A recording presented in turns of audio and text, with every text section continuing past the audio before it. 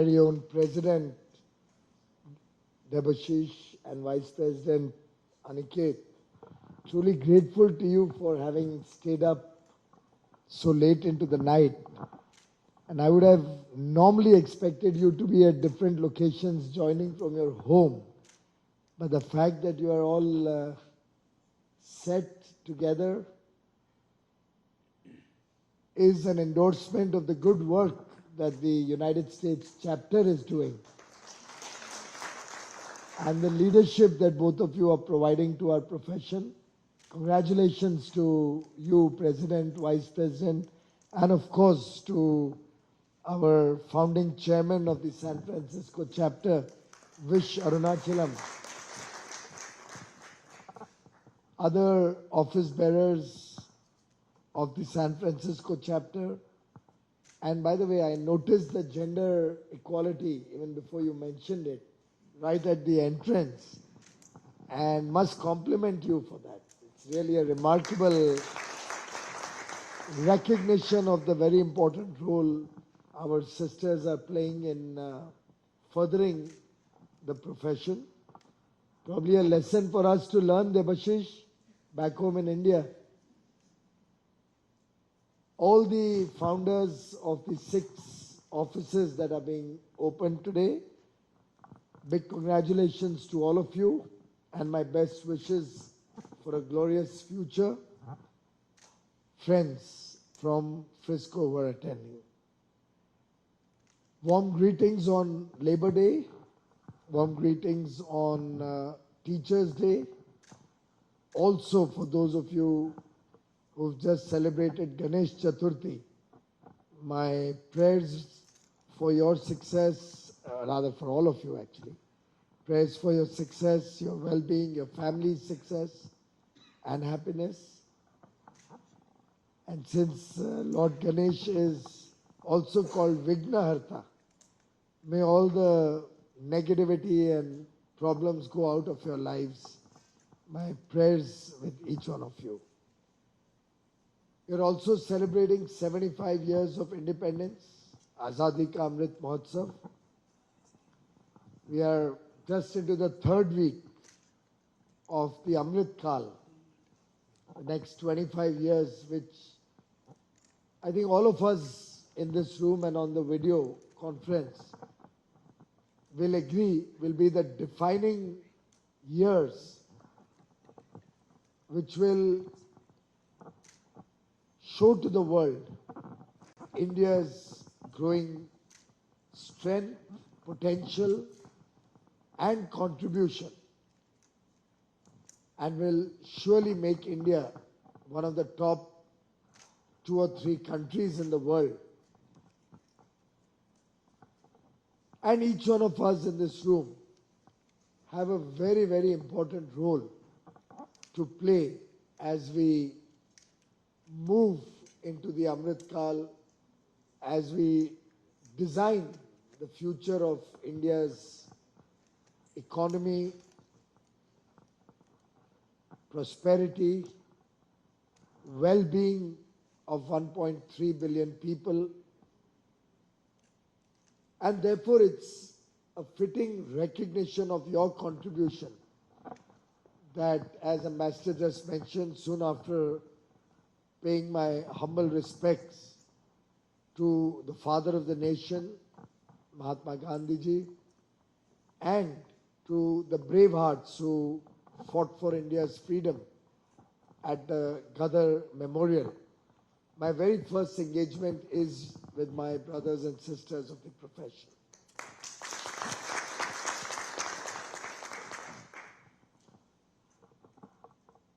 It's also quite a coincidence that I was part of the program in June of 20 when 5 offices were started, 6 more today, and the way the institute is going, maybe many more counting in the years ahead.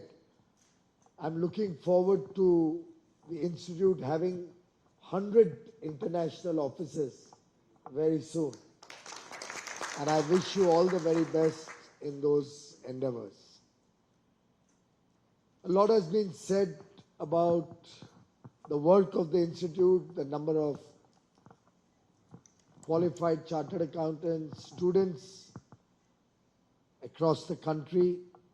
Certainly is not an easy profession, not easy to, in the first place, become a chartered accountant. But the very fact that each one of you has qualified speaks volumes of your abilities, your capabilities, and also the fact that you have chosen to remain connected with the motherland, chosen to be active in the institute so that you can all be somewhat involved in the future of India, gives me a lot of hope and gives me a lot of confidence in the profession. In any case, chartered accountants across the world are contributing in a big measure to economic activity, not only of Indian companies but international companies. I'm not so sure, while the President did suggest that we should look for mutual recognition. I think getting through a chartered accountancy exam is far tougher than doing a CFA course, I think, or a CPA course. So I suggest you have a second thought on that, Devashish, before I start negotiating with Catherine Tai and get you the mutual recognition. But I'll be happy to take it forward if it is the collective decision and the wisdom of the institute that we would like to see this happen. What does our profession tell us to do? We are basically custodians of integrity. A signature that a chartered accountant puts on a document is a recognition that that statement is true and fair, speaks the right things, gives confidence to stakeholders, whether it's shareholders or owners, whether it's the public at large, government, creditors and debtors, international investors, everybody recognizes the signature that each one of you put on any document. Not necessarily our annual accounts, but on any document. And therefore, the responsibility cast on each one of us becomes that much more serious, that much more onerous. I've said this on earlier occasions when I've had a chance to interact with our brother and sister chartered accountants, that public trust rests largely on all of us. And which is why as they say, with great power comes great responsibility. Unless you sign a document, that document is just a piece of paper. The moment you affix your signature on that, certifying it, recognizing it to be honest, the truth, it suddenly becomes worth its weight in gold. Millions and billions are transacted based on your signature. And therefore, the 4,500 chartered accountants in the United States, or the 250,000, or I think now it's grown to 350,000. I'll have to keep updating the numbers. 350,000 chartered accountants across the world are bearing the burden of that trust on their strong shoulders. It's very appropriate that for the first time in 118 years, we'll have the 21st World Congress of Accountants in my home city, in Mumbai. I'm looking forward to that, Debashish, in November. It'll be at the cusp of India assuming the presidency of the G20 from 1st of December. And in some sense, it's also a recognition of the growing relevance that India has in the Committee of Nations across the world, and the chartered accountancy profession in India has when it comes to the accounting profession across the world. Today, with the kind of structural reforms that have happened in India, the island of stability that India offers amidst global disturbances, very challenging times across the world, but India holding strong, growth continuing to be amongst the highest in the large economies, inflation relatively being much, much less than other parts of the world, particularly the developed countries. So for India, we are at about 6.5%, 7% inflation. Consumer price index is up by about 6.7% by last account. This is a figure which is lower than what it used to be 10 years ago. And each one of us knows that for years and years, double-digit inflation was almost a given in India. Of course, post-2014, India has focused on inflation. For the first time ever, the Reserve Bank of India and the government, central government, entered into a formal agreement mandating the Reserve Bank of India to maintain inflation as a primary focus of its activities. And since 2014, India has seen inflation at an average of about 4.5%, probably the lowest that we have seen in any 8-year period since independence. We have had a small bump in the last few months, and we are all very conscious of the background to it. Post-COVID, the rush of activity coupled with the conflict between Ukraine and Russia, leading to almost a 4x inflation. Even in the developed world, which was used to 2.5% inflation, now seeing 10 and 11% inflation against India, which was used to a double-digit inflation, only seeing a bump up from about 4% to 6.7%. I was just now in the morning seeing the chart of UK inflation, which hovered between 2%, 2.5%, went up only once in the last 5 years to about 3%. And there was anxiety in UK about it. Currently, 10%. And in this stable environment, India has become probably one of the world's most attractive investment destinations, the trusted partner of the world. And it is evident in the way world leaders and developed countries are making every effort to expand their engagement with India, looking for bilateral agreements to expand trade with India, investments into India.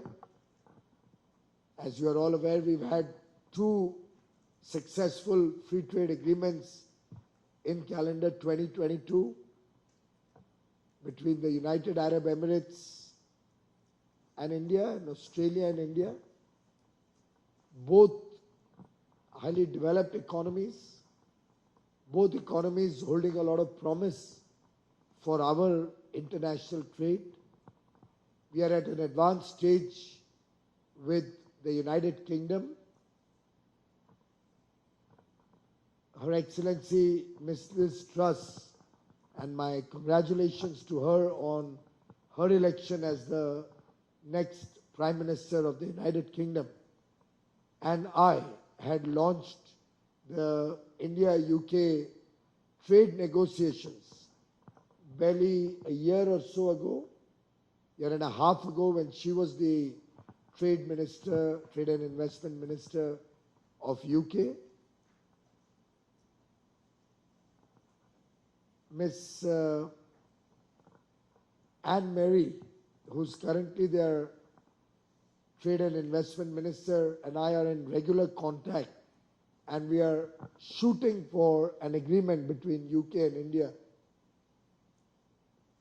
within the next few months, possibly even by Diwali. A little bit of political changes in UK may have derailed it by a few weeks, but I do hope with Liz assuming the Prime Ministership of UK, we may even now be able to make up for some lost time. You're all aware of the game-changing economic reforms that have happened in India, be it GST, be it IBC, be it the effort to decriminalize laws and make it easier to do business, the fact that we are trying to reduce compliances significantly, the low corporate tax for new businesses coming into India, the removal of the dividend distribution tax, which was a deterrent for international investment into India because A, they were paying almost 22% on their dividends, B, that was not getting a tax set off on the DTAA. The single window that we have tried to create, all of these are clearly pointing to a very renewed enthusiasm in India to expand the frontiers of business, economic activity. I very often said that as growth rates in India are suggesting, we will be a $30 trillion economy in the next 30 years.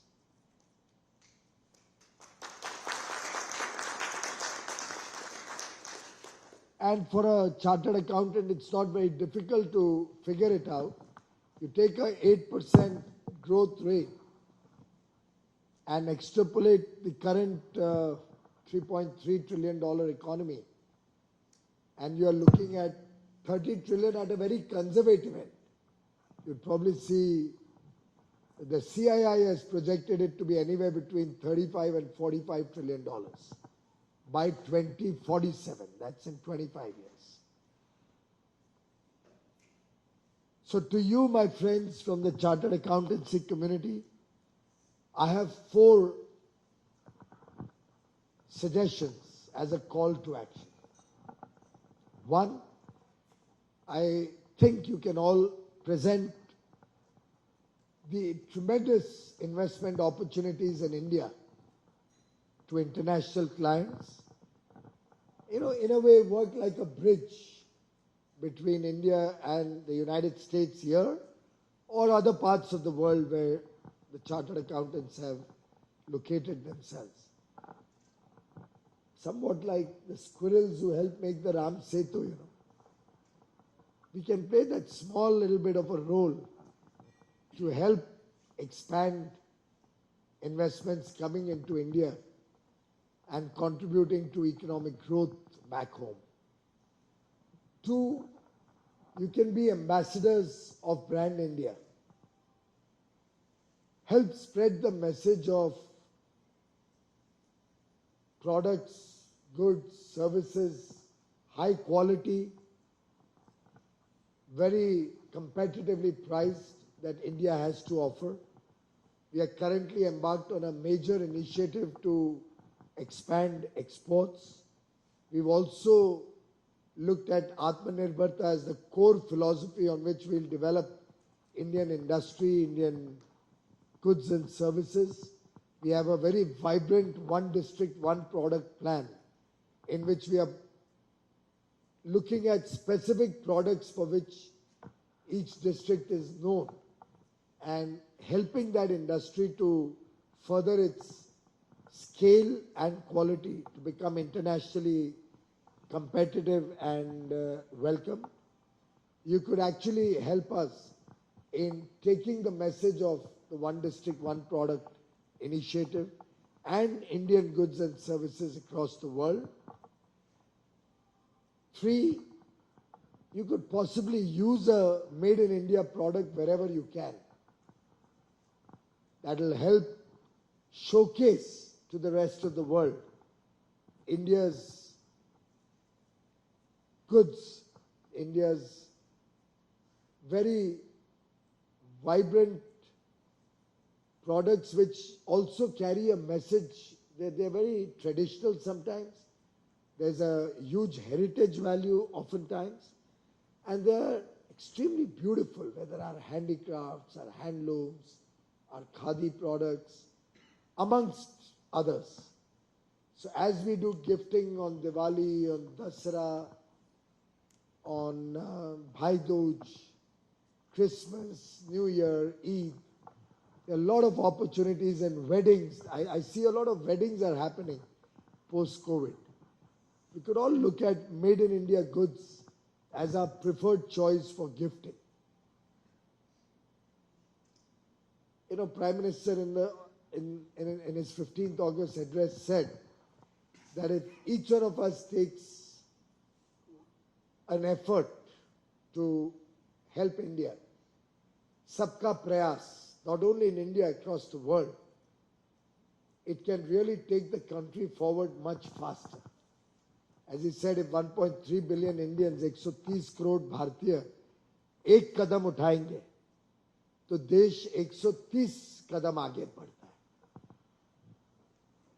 And finally, I would like some of you, if not all, to aspire to become global level chartered accountancy firms.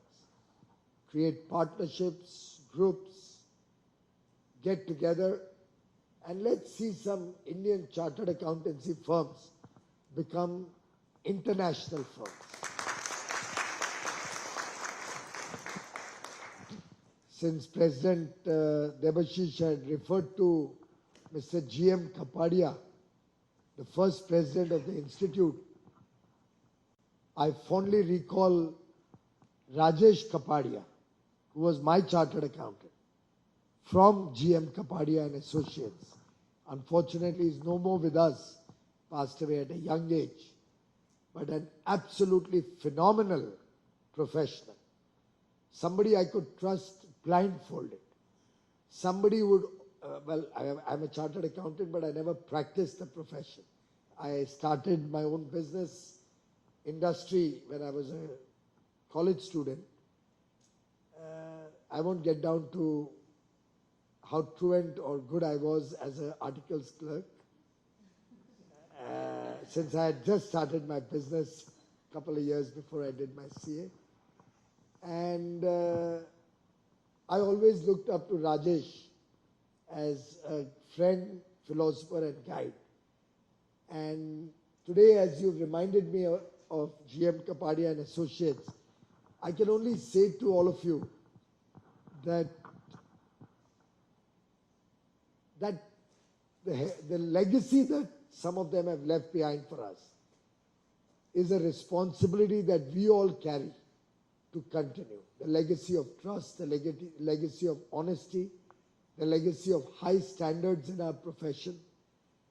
And therefore, in this Amrit Kal, let us all resolve to always maintain that high level of trust that is reposed on us by the world, if I may venture to suggest, and let us all do well in life and help our clients, our stakeholders do even better. As we see India grow, I hope each one of you grows.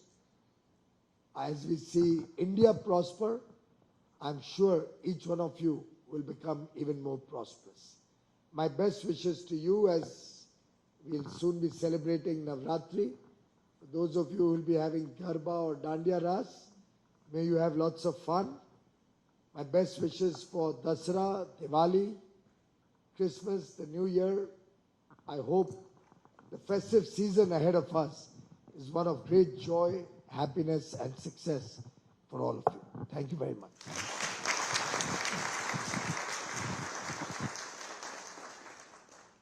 Thank you, sir, for the amazing speech. All of us were spellbound. Thank you so much. And now next we move on to launching our rep offices.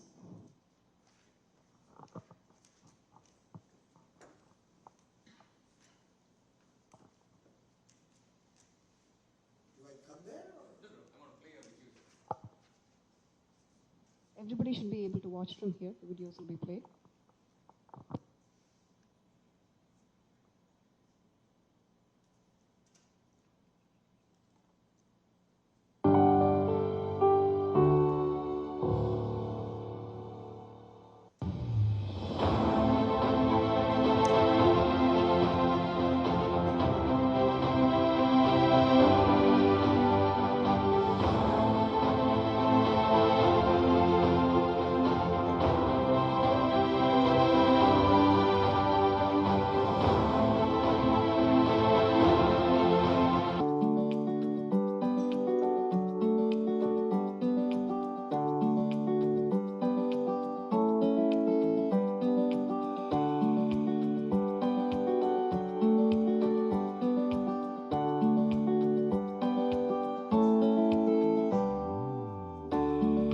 Hello, my dear fellow chartered accountants and friends. Greetings from the state of Arizona.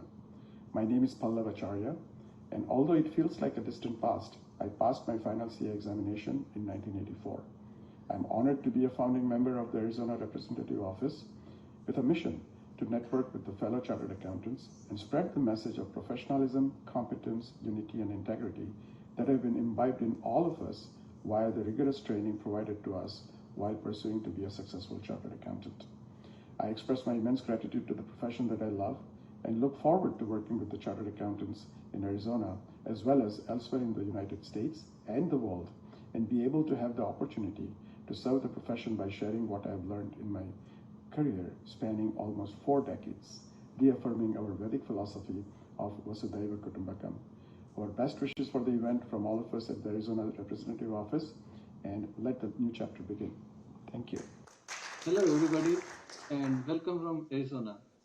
I am really happy to be a part of the expanding global footprint of the Institute, and my best wishes to all the new additions to the ICAI network. Thank you. Hello everyone, my name is CA Amrita Mitra. I passed my CA in 2012. I am based out of Phoenix, Arizona. Opening a representative office in Arizona was very important. It will help us getting connected with other CAs here. It will grow opportunities for us. It will help us in networking, and it will also help us in connecting with ICAI. Thank you. Hi, I'm Sanjay Rao, CA 1998 batch. I reside in Phoenix, Arizona for the last 10 years. Arizona is an attractive place for investment and for industry, with a lot of newer startups getting set up here, especially in the area of information technology. Arizona universities here attract students who come here to pursue MBA, finance, IT, and especially newer members of our profession from India, ICAI, come here to pursue these educational opportunities. I thank the CA Institute for setting up the regional office in Arizona, and also a big thanks to Vish Arunachalam and Sudha Michelle from the San Francisco Representative Office. Looking forward to network here and connect with the Arizona regional office and to mentor newer members who